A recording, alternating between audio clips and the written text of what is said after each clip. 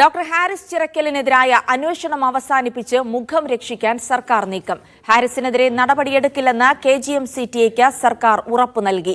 വാർത്താ സമ്മേളനത്തിനിടെ medical college പ്രിൻസിപ്പലിന് ഫോണിലൂടെ നിർദ്ദേശം നൽകിയത് DME ആണെന്നതിന്റെ തെളിവ് മീഡിയ വൺ പുറത്തുവിട്ടു. സർക്കാരിനെതിരെ ഇനി സംസാരിക്കില്ലെന്ന് ഡോക്ടർ ഹാരിസും പ്രതികരിച്ചതോടെ മഞ്ഞുരുക്കം ഉറപ്പായി. ഡോക്ടർ ഹാരിസിനെതിരെ ഉന്നയിച്ച ആരോപണങ്ങൾ പാളിയതോടെ അന്വേഷണം അവസാനിപ്പിച്ച് തലയൂരുകയാണ് ആരോഗ്യവകുപ്പ്. ഹാരിസിനെ കുടുക്കാൻ നോക്കി സ്വയം കുടുങ്ങിയിരിക്കുകയാണ് സർക്കാർ.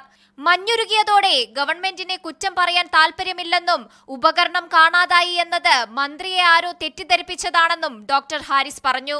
എന്തോ ആരോ തെറ്റിദ്ധരിപ്പിച്ചതാണ്. മാഡം നമുക്ക് വളരെ ഏറ്റവും വേണ്ടപ്പെട്ട ഒരാളാണ്. ഈ ബ്യൂറോക്രാറ്റിക് സിസ്റ്റത്തിനുള്ള മെല്ലെപ്പോക്കും ഇങ്ങനെയുള്ള ചെറിയ പ്രശ്നങ്ങൾ, ആ പ്രശ്നങ്ങളാണ് ഞാൻ സൂചിപ്പിക്കാൻ ഉദ്ദേശിച്ചത്. അതിൻ്റെ ആംഗിൾ മാറി വേറെ രീതിയിലൊക്കെ പോയിന്നേ ഉള്ളൂ.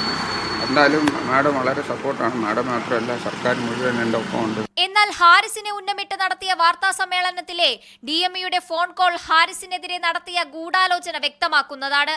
പ്രിൻസിപ്പളിനെ DME ഫോണിലേക്ക് വിളിച്ചെന്ന മീഡിയ വൺ വാർത്ത അദ്ദേഹം തന്നെ സ്ഥിരീകരിച്ചു.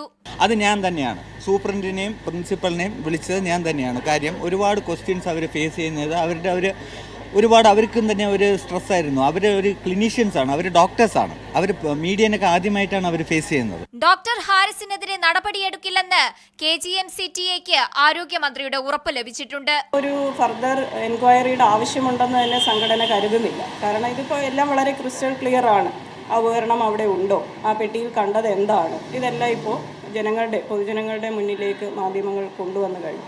ആർക്കെതിരെയും നടപടി ശുപാർശയില്ലാതെ DME തിങ്കളാഴ്ച റിപ്പോർട്ട് സമർപ്പിക്കുന്നതോടെ വിവാദങ്ങൾ പൂർണ്ണമായി ഇല്ലാതാകും. Media one, Thiruvananthapuram.